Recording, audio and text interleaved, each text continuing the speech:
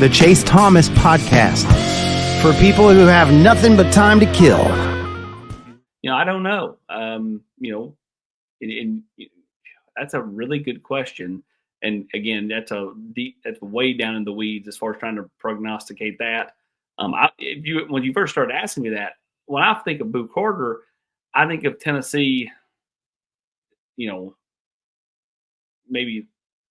they weren't sure on the size. Then they watched him play, and it was no question that they were all in on Boo Carter. I think the same thing with Craig Tutt. I think Craig Tutt's got some it to him at Oakland. Again, I'm not calling him to be a starter in 26, but I think he's one that, Tennessee needs to try to get that one done, not let it drag out.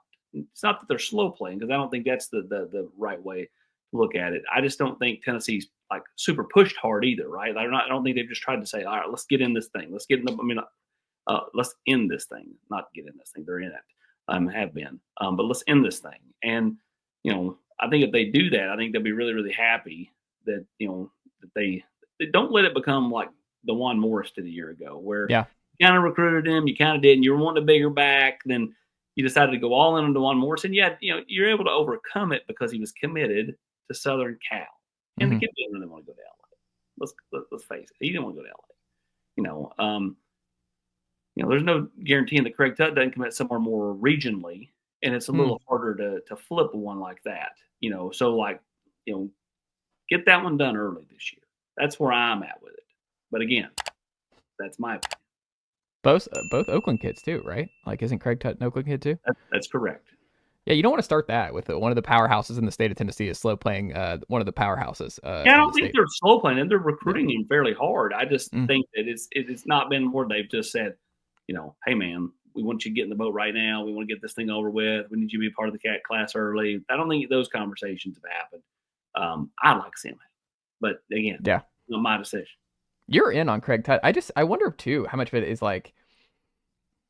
Safety is so weird because they end up flipping Timothy Merritt late, and Timothy Merritt was just he looks like he could be a big guy. Clearly, it seems like Tim Banks is in on Timothy Merritt, and we'll see at safety where things are with guys like Idris Farouk, who might be positioned to have a big year. And we've seen a lot of transfers, like you saw Will Brooks as a walk-on. We've seen a lot of different guys in that safety room, but they haven't brought in a blue chipper yet. Like, no one's been a quote unquote 4-star, and Shady Hayward just hurt. Like, that was a punch to the stomach for a lot of Vol fans. It was a punch to the stomach for the staff. I mean, that's one that they did a really nice job on, but I mean, he had people around him that, that wanted to go to Florida for a little bit more money. And, I'm not sure that kid had a lot of say in it. Now, he would probably tell you differently because it's easy to say that, but in the moment, I think that, he outside influences pushed him to Gainesville. And I mean, hey, that's part of the game. There have been times where outside influences that push kids to Knoxville. So that's part of the game and part of the things you have to battle in recruiting. That was before NIL, and it'll continue with NIL as all that stuff shakes out. Yeah, I think safety is the only spot where they haven't added a 4-star kid in the Heupel era. I think it's the only one they haven't had one. Right? Yeah, I mean, I think there are some kids that are going to play in safety that were 4 stars. That's true.